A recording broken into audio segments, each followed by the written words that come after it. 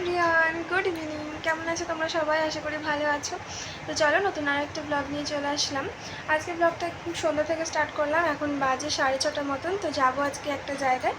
তো চলো কোথায় যাচ্ছি না যাচ্ছি সবটা শেয়ার করবো। কেউ স্কিপ করো না, পুরো ভিডিওটা দেখো। আশা করি আজকের ভিডিওটা একটু অন্যরকম হবে আর তোমাদের খুব ভালো লাগবে। তো চলো আবার পরে কথা বলবো তোমাদের সাথে। তো এই দেখো আমি একদম রেডি হয়ে নিয়েছি। আর এই শাড়িটা না নতুন ছিল, তো আজকে বিয়েবাড়ি যাব বলে ভাঁজ ভাঙলাম। তো অন্য সময় কি হয়, শ্বশুরবাড়ির এদিকে কখনো কোথাও নিমন্ত্রণ গেলে সবসময় সোনার গয়না পরি, কিন্তু আজ মনে হলো একটু অন্যরকম করে সাজি। তো কেমন লাগছে অবশ্যই কমেন্টে জানিও। তো চলে যাচ্ছি আর কি সবাই মিলে। রাস্তায় অন্ধকার ছিল, তাই একটু অন্ধকার লাগছিল। আর এই যে চলে এসেছি বিয়েবাড়িতে। আমি ভাই বোনু মা বাবা পকুন সবাই মিলে চলে এসেছি বিয়েবাড়িতে। আর এই যে মা যাচ্ছে নতুন বউকে গিফট দিতে। আর যার বিয়ে হচ্ছে তিনি হচ্ছে আমার বরের বন্ধু, কিন্তু দুর্ভাগ্যবশত ওনাকে আমি এর আগে কখনো দেখিনি। আর কখনো মানে অন্যান্যদের তবুও একটু আধটু চিনি, কিন্তু এনাকে আমি কিন্তু কখনোই দেখিনি। তো এই যে সবাই পোজ দিতে ব্যস্ত। তো এরকম দিন দেখলে না আমারও এই দিনটার কথা মনে হয়। আর যদি কিছু অন্যরকম দেখি তাহলে মনে হয় ইস, এই জিনিসটা তো আমার বিয়েতে করা হয়নি। তো মনে হয় আর একবার বিয়েটা করলে এই জিনিসটা করতে পারতাম। তো যাই হোক, বেশিক্ষণ ওয়েট করিনি, কারণ রাত হয়ে যাচ্ছিলো আর পুকুরের ঘুমানোর টাইম হয়ে যাচ্ছিলো। তো চলে আসলাম খেতে। তো এই যে আমাদের খাওয়া দাওয়া লাস্ট পর্যায়ে একদম মিষ্টি চাটনি পাঁপড় পড়ে গেছে।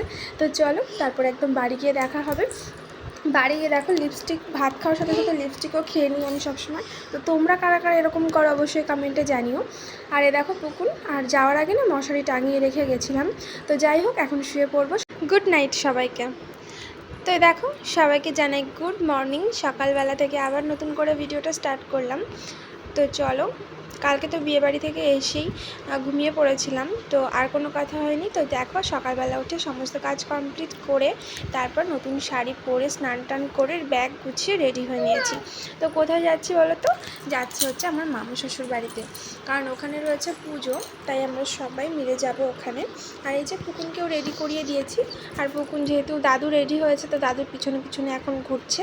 আর এই দেখো আমি ব্যাগটা নিয়ে যাচ্ছিলাম, আর এখানে পুকুন চলে এসেছে আমাকে হেল্প করার জন্য। আমি নাকি ব্যাগ নিয়ে যেতে পারবো না, তাই ও আমাকে একটু হেল্প করে দিচ্ছিলো। আর এই দেখো দুজনের ওটার মধ্যে বসে আছি, আর পুকুনের মুখটা দেখো কেমন করে রয়েছে। আর এই দেখো কত বড় বড় ব্যাগ নিয়েছে মা। আসলে যেহেতু পুজো রয়েছে, তো আমাদের বাড়িতে যেহেতু কলা বাগান আছে, তাই একটা অনেক বড় কলাও কাঁদি মানে কেটে নেওয়া হয়েছিল আর কি।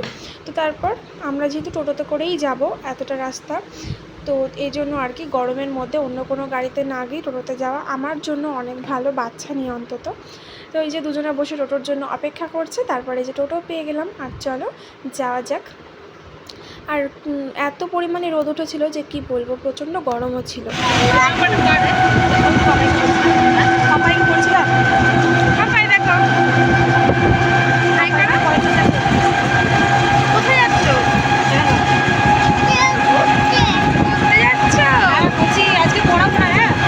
তো এই যে পুকুন ছিল আমার কোলে, হঠাৎ করে ওর যেতে ইচ্ছা হয়েছে দাদুর কোলে, তো চলে গেল সেখানে।